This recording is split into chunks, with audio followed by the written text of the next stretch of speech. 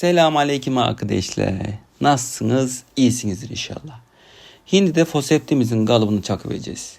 Emme önce içindeki dedemden kalma ireçel gibi pis kokup duran çamuru temizleyeceğiz. Cavurun ileşi çok pis kokup durun. Tabi bir daha sel gelirse diye de aramızı açıverdik. Dal direkt ne varsa bulduk geldik oralardan.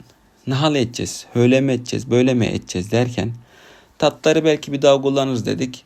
Aldık elimizi destireyi. Öteden kes, beriden kes derkene bir de baktık çiviyi kaptırıvermişiz. Onu da köstümez edip babamdan galayımızı yedikten sonra arka planda kapımızı sıvaptıran ustam imdadımıza yetişiverdi. Öyle edin böyle edin dedi. Biz de çakıverdik biraderimden. Bizim çeyrekle bıllamı da mıntıkı temizliğini veriverdik. Kapağın gıylarını yaptıktan sonra cime derlenip toparlandık, kalktık gittik. Güzel olup durursa beğeni gari. Takipte edin ha. Hadi hoşçakalın bakalım.